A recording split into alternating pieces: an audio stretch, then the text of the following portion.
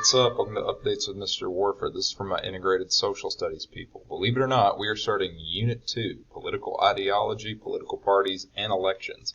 So whether you saw me talk about this in person or whether you were working virtually from home, this is our first day of Unit 2.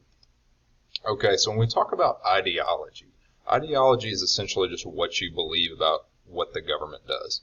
So American political culture surrounds a lot of words like freedom, liberty, equality of opportunity, meaning everybody gets an equal chance to be successful in this country, individualism. When we talked about types of government, we talked about democracy or being a republic.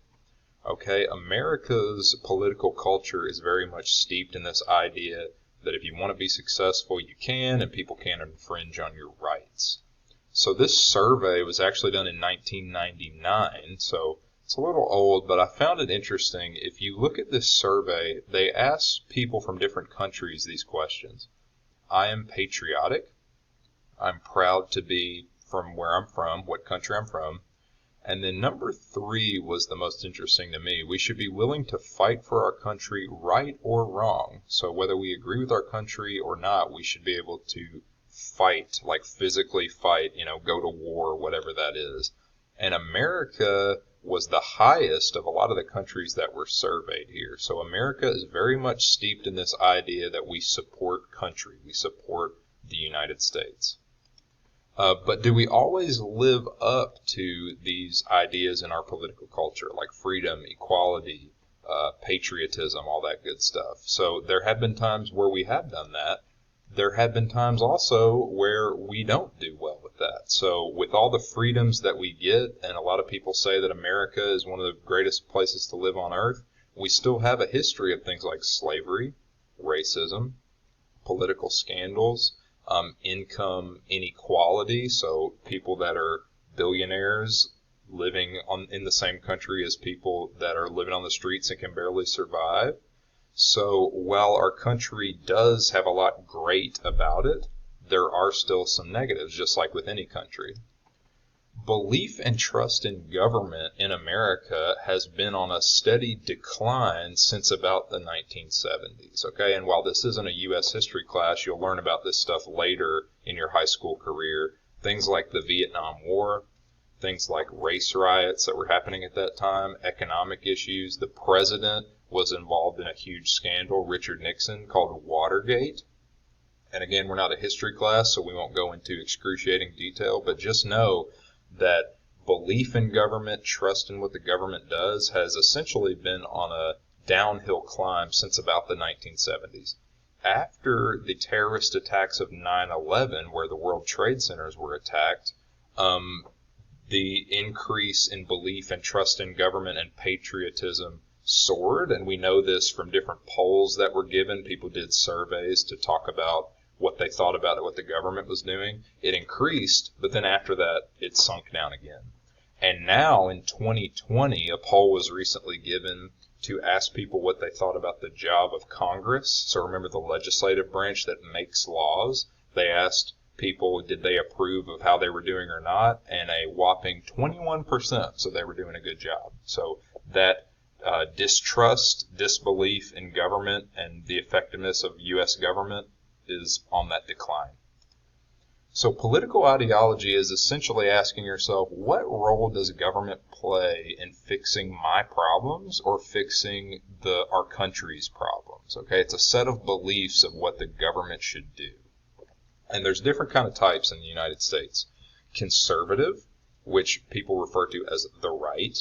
Liberal, which people refer to as the left. And then moderate, which is in the middle. Okay, and there's some other types we're going to look at, but not as extensively, like libertarian and socialist. So here's an example.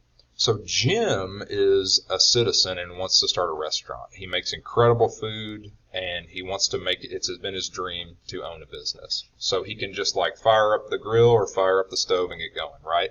Wrong. Okay, in every restaurant in the United States, you have to have a business license. You are undergoing health inspections. You have to, if you want to serve alcohol at your restaurant, you have to have a license for that and pay for it. and it's overseen by U.S. government agencies. So the pro of government involvement in that is that Jim is not serving us rancid food that's going to make me sick and throw up and not get to go to school. Okay, and he won't be tempted to cut corners on like health and safety food protocols, right? The cons is that a lot of people are probably turned off by the idea of starting a business because of all the payment and the money and the different hassles that forms and licenses and things like that create, and so his community may not be able to experience that awesome food that he gets to make. So with anything involving government, there are pros, but there are also cons. So where does that leave ideology? So people basically ask themselves, how much should the government be in my affairs? Should Jim be able to start the restaurant with zero government interference? Or should Jim follow some guidelines to make sure that people are safe? So people fall into different camps on how much the government should be in your life. Conservatives, they tend to believe in more small government, like government not getting involved in your life. Liberals tend to believe more in the idea that government can help solve some societal issues. Okay, and there's a thing called the political spectrum, and that's where we get that idea of right and left. So here's the spectrum. So we have more liberal to the left, more conservative to the right, moderate in the middle. And a lot of people fall in this moderate category, where they're kind of just take it based on each issue. And we're going to learn more about that. And you may have already been reading about some of that right and left, conservative or liberal, in some of your current events that you've been doing. So here's some examples of some current issues that people lean either more conservative or more liberal. And we've got things like gun rights. We've got things like abortion. We've got things like how much privacy should we have from government keeping tabs on our day-to-day life. We've got things like prisons, and should they be more for reform or more for punishment. Schools, prayer in schools.